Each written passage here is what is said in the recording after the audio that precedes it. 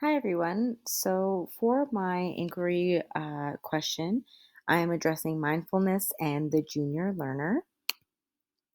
So, first, briefly to discuss what is mindfulness. Mindfulness can be defined as the moment to moment, non judgmental awareness of one's thoughts, feelings, sensations, and surrounding environment. So, I'm going to share a link to this PowerPoint video as well so that you can actually click on the videos. This one is just explaining in a bit more detail what mindfulness means and a bit about how this can apply to the classroom. So, my inquiry question is, how does promoting mindfulness support the junior learner? So, not exactly discussing particular activities that we'll do surrounding mindfulness, but actually the overall outcome of implementing mindfulness strategies in the classroom and how that supports student learning and social emotional skills. My first resource is a TED Talk. Called Bite Size Mindfulness, an easy way for kids to be happy and healthy. Now, Kira Willie in this video discusses how even small and short mindfulness activities can really get students supported in terms of keeping them calm and focused in the classroom to yield a better educational experience. So, some of the key points from this video is that Kira provided 3 tips for successful mindfulness activities. So the first would be to keep them short. You only want them to be 1 or 2 minutes long. That way, not too much of your time is taken up, but you still are giving kids um, the benefit of actually working through these mindfulness activities and then allowing them to engage in their learning after that.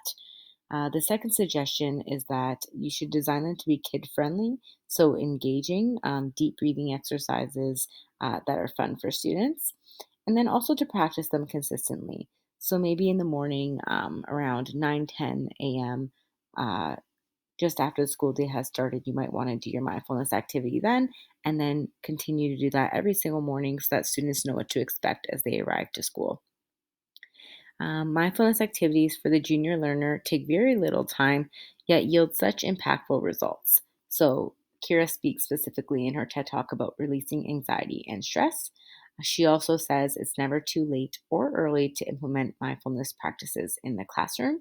And some of these examples could be controlled breathing, again, just short, roughly 1 minute, reflections, meditation, body scan exercises, etc. Based on this resource, some of the connections I made to the junior learner is that mindfulness can promote social emotional skills, so self awareness, self regulation, and relationship skills between classmates. And it can improve classroom behavior such as paying attention, participation, self control, and respect for others. So while mindfulness can support the junior learner, it can also make the school day go along with more ease and again benefit classroom management as well. My second resource is actually a research article called Greater Mindfulness is Associated with Better Academic Achievement in Middle School. So, this article I selected particularly targets students in grades 5 to 8, which I thought was great because at least that covers 2 of the grades that we are discussing here in the junior learner course. So the key points from this article was that the researchers administered a mindful attention awareness scale to 2,300 students in grades 5 to 8, and then analyzed the relationship between this awareness scale and then their GPA. The math included social emotional skills as well as attributes such as a growth mindset. And then the results yielded greater mindfulness correlated positively with better GPA as well as better standardized test scores. And good behavior was also positively correlated with mindfulness as fewer suspensions were reported post intervention. So, how does this study connect to the curriculum while also supporting the junior learner? So, mindfulness can support both cognitive and social emotional abilities, which later in turn enhance academic outcomes. So the authors here specifically targeted reading comprehension and working memory, as well as behavioral outcomes. So the results described that better academic achievement was obtained in terms of mathematics and literacy, which I thought was great since those are two of our core subjects at the junior level. And it actually also resulted in greater improvement in academic performance from the prior school year. And then just getting back into the behavioral benefits, there were fewer suspensions, and students were oriented more towards a growth mindset after having implemented uh, the intervention within this study. I did include the link um, in case you wanted to read into that study because it was very interesting. Um, and it also played an important role for closing achievement gaps that were present between students. My last resource is actually a website. This website includes a lot of information pertaining to different research studies that support the idea that mindfulness can be beneficial to student learning. So, specifically, improved attention, emotional regulation, greater compassion, and reduced anxiety and stress, which seems to be something that I've noticed among many of the resources that I have encountered. I tend to see these benefits present again and again and again, which to me seems like this research is very credible and it's been proven or at least supported time and time again.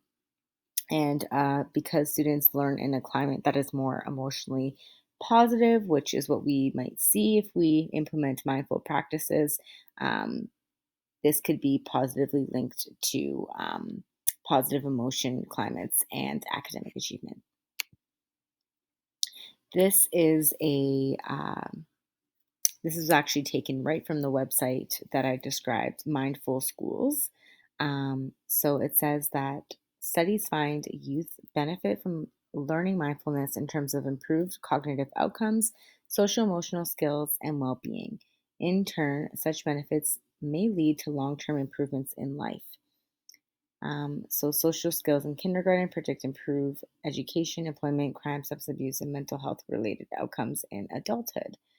So these were some of the benefits of youth who practice mindful can develop. So attention and focus and cognitive development underneath the attention and learning skills in terms of social and emotional skills, behavior in school, empathy and perspective taking, social skills, and then also resiliency, which is something that we discussed in previous modules as well.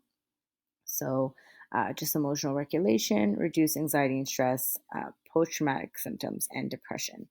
Now, as you can see, just based on this page,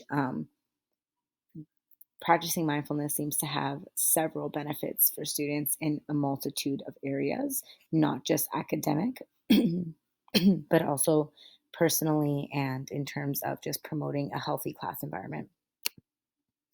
And then I've included the references here for those of you who want to read into more detail about the articles or the website. I also included the YouTube videos that I mentioned earlier as well.